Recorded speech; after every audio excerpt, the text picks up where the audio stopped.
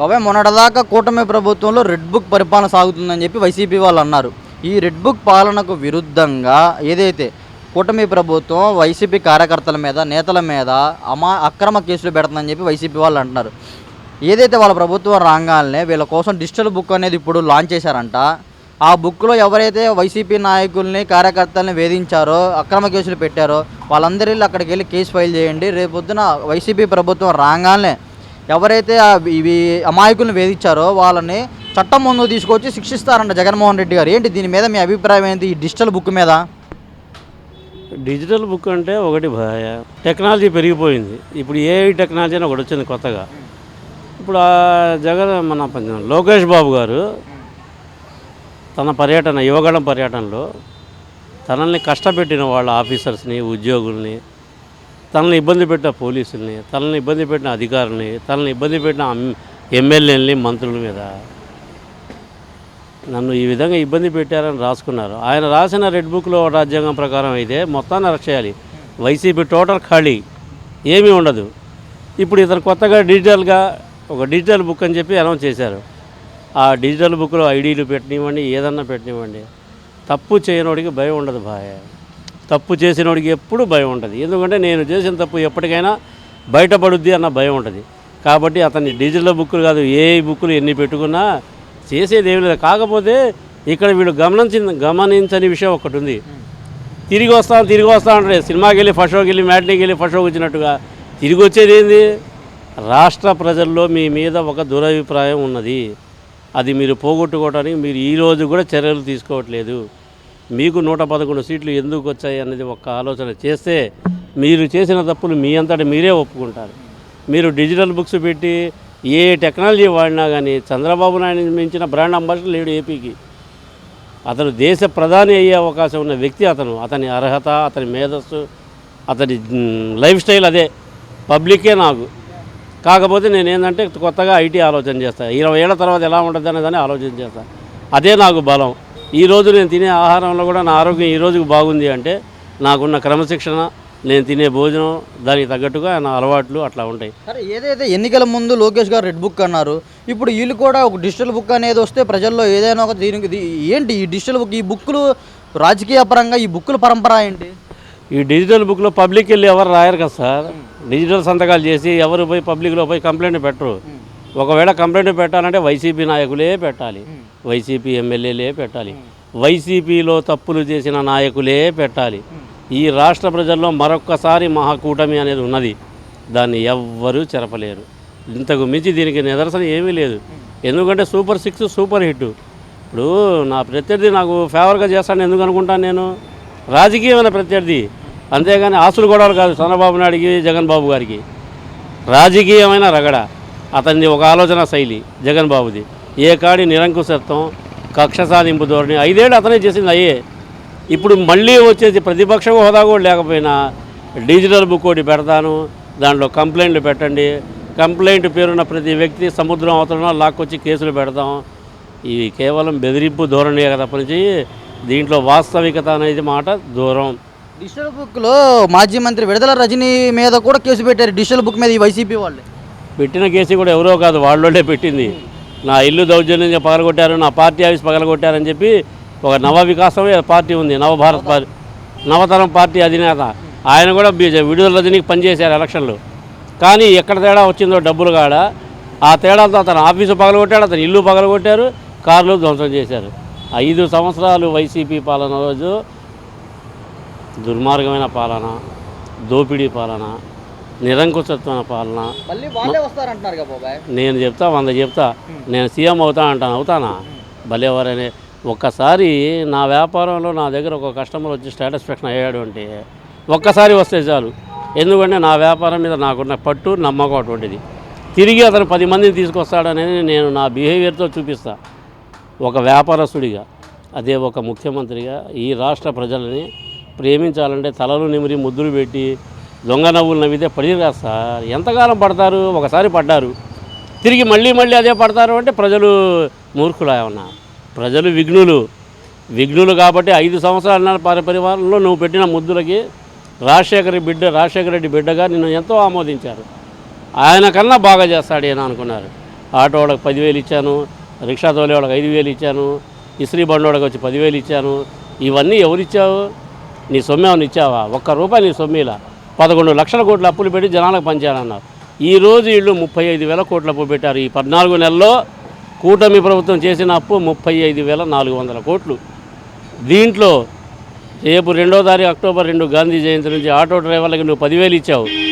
15,000 ఈ కూటమి ప్రభుత్వం ఇస్తుంది. కొన్ని ఉండయి మహిళలకు ఇంకో 50 నెలకు 1,500 ఇచ్చేయి. 16,400 ఉద్యోగాలు ఇచ్చారు సార్. మీరు ఒక్క ఉద్యోగం ఇలా ఏం మాట్లాడతారు? మీరు మళ్ళీ వస్తా ఏంది ఇది? చుట్టాలింటికి వెళ్ళి వాడు వచ్చాక రేపు వస్తానంటున్నట్టుగా చెప్పడం. రాష్ట్రానికి సారథ్యం వహించాలంటే ముఖ్యమంత్రి హోదా అది ప్రజలు ఇవ్వాలి. 11 సీట్లు వచ్చినా నువ్వే నాకు ప్రతిపక్ష హోదా ఏమని గోల చేసి హైకోర్టులకు వెళ్ళి ఒకసారి కొట్టేసినా మళ్ళీ కోర్టులకు వెళ్తున్నారు. ఇది ఎక్కడ విడ్డూరో ప్రజలే గమనిస్తున్నారు, నవ్వుతున్నారు. అసలు ఏంటి ఇన్నిసార్లు అడగకపోవటం ఏంది? ప్రతిపక్ష హోదా కాదు, ఎమ్మెల్యే హోదా ఉంది. నువ్వు వెళ్ళి అడుగు. అసెంబ్లీలో నీకు మాట్లాడడానికి అవకాశం ఇవ్వరా? ఎందుకు ఇవ్వరు? ఇస్తారు. నువ్వు ఒక ఎమ్మెల్యేగా ఎన్నికైన వ్యక్తివి. నువ్వు ఎప్పుడో మాజీ ముఖ్యమంత్రిగా చేసిన మనిషివి. 1994 ఉమ్మడి రాజధాని ఆంధ్ర తెలంగాణ కలిపి ఉమ్మడి ఆంధ్రప్రదేశ్గా ఉన్నప్పుడు పి జనార్దన్ రెడ్డి అని చెప్పి ఒక వ్యక్తి ఉన్నాడు హైదరాబాద్లో. అతను 20 సీట్లు 18 సీట్లు 16 సీట్లు వచ్చినాయి. 16 సీట్లో వచ్చిన వ్యక్తి సింహంలా గర్జించాడు. వైఎస్ రాజశేఖర రెడ్డికి ప్రత్యర్థి అతను.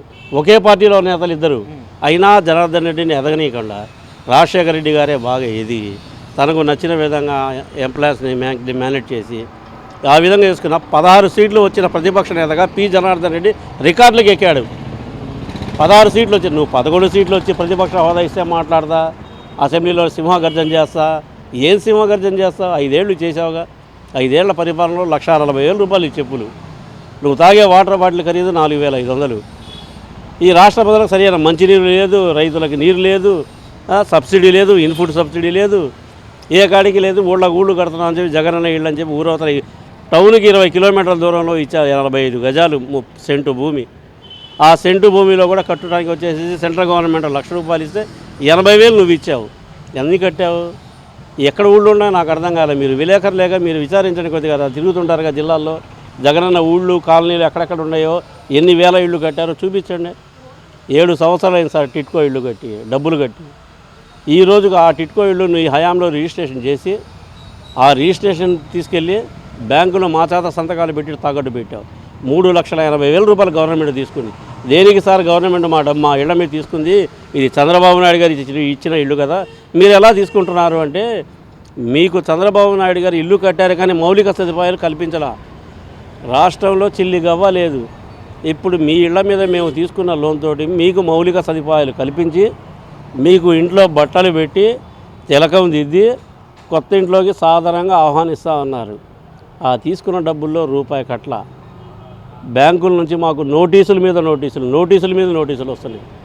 ఈ గవర్నమెంట్లో ఆ ప్రస్తావన తెస్తే చంద్రబాబు నాయుడు గారు బ్యాంకులో ఒక లోను కనుక ఎన్పి అయ్యింది అంటే తిరిగి అతను ఇంకో బ్యాంకులో లోనుకి అర్హుడు కాడు. ఎన్పి అయింది అని అతని ఆధార్ కార్డు ద్వారా తెలుసుద్ది. చంద్రబాబు నాయుడు గారు కేవలం వడ్డీ ఎన్పి కాకుండా 146 కోట్లు కట్టారు. ఇది నిజం. మీరు గమనించండి. ఎక్కడైనా కంప్యూటర్ సిస్టమ్ ఉన్న ఇంట్లో సిస్టంలో కొట్టండి, గూగుల్లో చెక్ చేయండి. ఈ గవర్నమెంట్ చేస్తున్న తప్పులు, గత గవర్నమెంట్ చేసిన ఒప్పులు మీరు గమనించండి. మీకు కావాలంటే మహాకూటమి ఎన్నిసార్లైనా వచ్చింది, కానీ కూటమిలో జరిగే మంచిని మాత్రం గుర్తించండి. చెడుని అంటారా? ప్రత్యర్థులు పొద్దు గూగుల్ చెప్తానే ఉంటారు. సూపర్ 6 ఫ్లాపు, అది ఫ్లాపు, ఇది సూపర్ ఫ్లాపు అన్నాడు. మొన్న ఓజీ సినిమా ఎంత సక్సెస్ అయింది? అది సినిమాలో అతను కష్టపడి చేశాడు కాబట్టి సక్సెస్ అయింది. అంతే తప్ప ఆయన ఒక్కడే అభిమాని. రాష్ట్రం మీద లక్షల్లో ఉన్నారు పవన్ కళ్యాణ్ గారి అభిమానులు. ఇప్పుడు హరిహర వీరమ్మలు సినిమా వచ్చింది, అది బాగోలేదు, నచ్చలేదు కాబట్టి నచ్చలేదని తిరస్కరించారు. అది తిరస్కరించిన నెలకి మళ్ళీ సెప్టెంబర్ 25కి మళ్ళీ ఓజీ సినిమా వచ్చింది. దాంట్లో దమ్ముంటేనే ఆడియన్స్ చూస్తారు.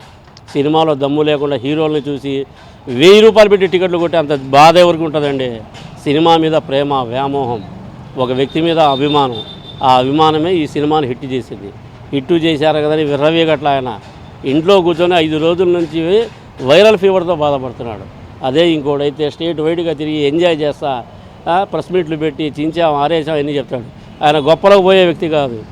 జనసేనాని గొప్పలకు పోయే వ్యక్తి కాదు. జనసేనాని కేవలం జనాల కోసమే సేనాని. అతన్ని జనసేనాని అంటాం కాదు, జనాల కోసం ఉన్న సేన ఆయన, జనసేన ఆయన, అంతే. అంతకుమించి వేరే ఆప్షన్ లేదు. మహాకూటమి తిరిగి వచ్చుద్ది. వీళ్ళు గ్రీన్ డిజిటల్ బుక్లు కాదు, ఏఐ టెక్నాలజీ పెట్టినా కానీ, ఏఐ పెట్టినా కానీ కంప్లైంట్లు మీరే పెట్టుకుంటారు, మీరే విచారించుకుంటారు. మీరేం చేయదలుచుకున్నారు చేయండి. భగవంతుడు మీకు అవకాశం ఇస్తేనే కదా. భగవంతుడికే ఇష్టం లేక స్క్రిప్ట్ మార్చాడు. ఇక మళ్ళీ మీరు స్క్రిప్ట్ రాసుకొని ఇంట్లో కూర్చొని తీయాల్సింది. రామ్ గోపాల్ వర్మ గారు ఉన్నారు ఖాళీగా, తర్వాత నిర్మాత దాసరి కిరణ్ గారు ఉన్నారు. వీళ్ళిద్దరిని పిలిపించుకొని మీకు నచ్చిన నటీనటుని, పవన్ కళ్యాణ్లా ఒక వ్యక్తిని, చంద్రబాబు నాయుడులా ఒక వ్యక్తిని, లోకేష్లా ఒక వ్యక్తిని చేసి మీరు వాళ్ళ మీద చేయాల్సిన దుష్ప్రచారం మొత్తం సినిమా రూపాన పబ్లిక్కి చూపించండి. ఒక షో ఆడుద్ది అంతే. ఈ వీడియో నచ్చితే లైక్ చేయండి. అలాగే మా ఛానల్ ని ఫస్ట్ టైం కనుక చూస్తున్నట్టయితే ఇప్పుడే సబ్స్క్రైబ్ చేసుకుని పక్కనే ఉన్న గంట సింబల్ ని యాక్టివేట్ చేసుకోండి. అప్పుడే మేము పెట్టే ప్రతి వీడియో మీకు నోటిఫికేషన్ గా వస్తుంది. అలాగే ఈ వీడియో పూర్తిగా చూసినందుకు ధన్యవాదాలు.